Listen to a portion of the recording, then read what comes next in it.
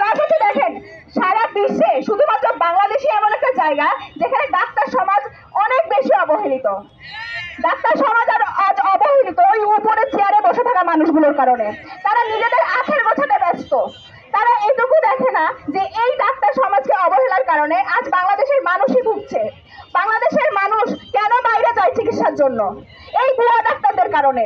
ভুয়া ডাক্তারদের পাল্লায় পড়ে যখন আপনার অপচিকিৎসা হয় তখন দোষ আসে পুরো ডাক্তারদের। কিন্তু এটা কি কখনোই কাম্য? এটা তো কাম্য নয়, তাই না? যখন একজন এসএসসি পাস করার লোক আপনাকে একটা ডিপ্লোমাধারী আপনি নিয়ে আপনি বলছেন আপনি ডাক্তার এবং আপনার কাছে সে বিশ্বাস করে যায়। একজন রোগী ডাক্তারের কাছে যখন যায় তখন যদি ডাক্তার তাকে বিষ পান করতে বলে সে সেটা ওষুধ মনে করে পান করে। এটা আমরা সকলেই জানি।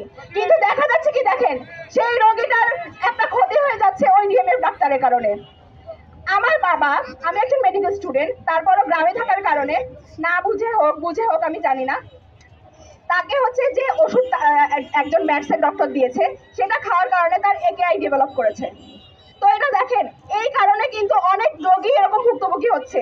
তারা পেইন কিলার কি না বুঝে তারা ডাইক্লোফেনাক দিয়ে দেয়, কিটোরোলাক দিয়ে দেয়, কোনো মানে তাদের কোনো ইয়েই নাই। অ্যান্টিবায়োটিক তারা দিয়ে দিচ্ছে ভুলভাল, ওটিসি ড্রাগ তারা বুঝে হোক না বুঝে হোক প্রেসক্রাইব করে দেয়। এগুলো কি ঠিক? তো একজন ডাক্তার যখন আমরা এত কষ্ট করে এমবিবিএস পরীক্ষা দেই, আইটেম টার্ম কার্ড এসব ক্লিয়ার করে আমরা প্রফে বসি, প্রফে বসার পরও যখন আমরা সাপ্লি খাই আমরা সেই ডিপ্রেশন নিয়ে সেইখান থেকে উঠে এসে শুধুমাত্র এমবিবিএস পাস করার জন্য নামের পাশে ডাক্তার বসানোর জন্যই কিন্তু আমরা এটা করি না, আমরা মানুষের সেবা দান করার জন্য করি। তো এখানে আমাদের দেখতে হবে, আমাদের বুঝতে হবে যে একজন রিক্সাওয়ালা যেমন পাইলট দাবি করলে তাকে অযৌক্তিক দাবিতে আমরা রাজি হতে পারি না।